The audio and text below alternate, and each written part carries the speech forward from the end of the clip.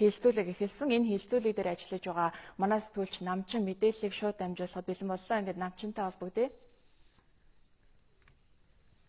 Монголын мэдээ телевиз үндэсний хөгжлийн газар дээрээс мэдээллийг шууд дамжуулан хүргэж байна.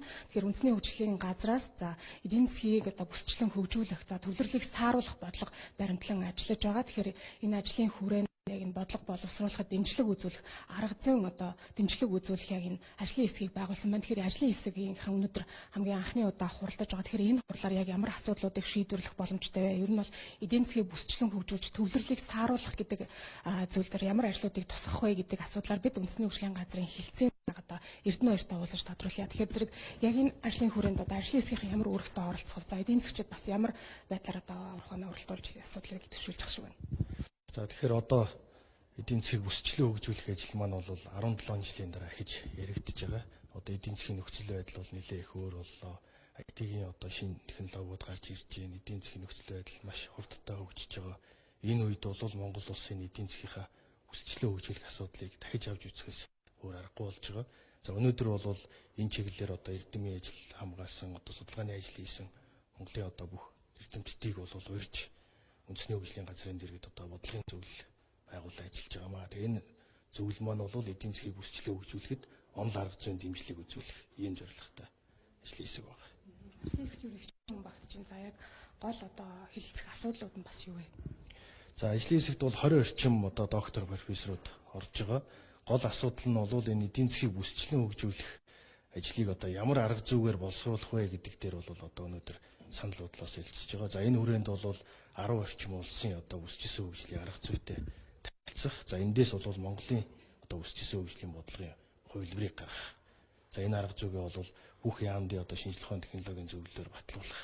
За энэний үндэ бол одоо 17 салбарын хөгжил байршлын судалгааг хийж нэгдсэн тайлан гарах ийм үүрэгтэй байна. Энэ судалгааны ажил хизээ эхлэх вэ? Ер нь бол манайд яг эдийн засгийн төвлөрлийг сааруулах чиглэлээр ер нь өмнө нь хийгдчихсэн ажлууд хэр үр дүнтэй байдаг юм бол? За судалгааны ажил бол одоо ингээ энэ сард эхэлж байгаа. Нийт одоо 17 судалгааны баг бол орж ирж ажиллана. За энэ одоо гол асуудал нь бол 162 бодлогын баримтч Монгол улс 40 төгөлдөр байж байна. Энийг одоо хөгжил байршлийнхын судалгааг нэгтгэхэд үзэх юм бол хоорондоо зөрчилтэй, уялдаагүй юм маш олон асуудлууд байна. Тэгэхээр энэ 17 хөгжил байршлын судалгаагаар бол бүх одоо бодлогыг орон зайн хувьд нь төлөвлөж уялдуул. За энэтэй холбоотой одоо нутагшийн суурьшлийн ерөнхий төлөвлөгөөг боловсруулах ийм ажлууд хийгдэх ёстой. Эзнээс эхлэх үү? За энд бас яг ямар хүчээр ажиллах вэ тийм ээ? Үндэсний хөгжлийн газраас бол 21 аймгийн засаг даргатай орон нутгийнхын төвшөнд одоо орон зайн төлөвлөлтийг яаж хийх вэ, энэ судалгааг хамтарч боловсруулах ийм одоо гэрээг бол байгуулсан байгаа. За мөн одоо ерөнхий сайдын захирамжаар бол бүх яамны төлөвлөлийг оруулсан ажлын хэсгийг бол гаргасан байгаа.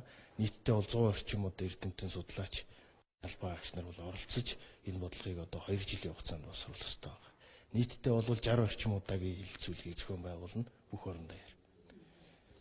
Энэ ажлыг хийхэд ер нь тулгамдж байгаа зүйл байгаа болов?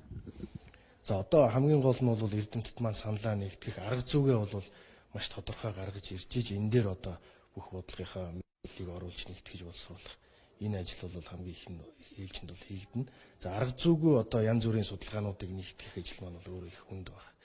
Одоо ингээд салбаруудын бодлогыг аваад үзэхэд бол томоохон төслийн байршлыг 5-6 удаа өөрчилсөн.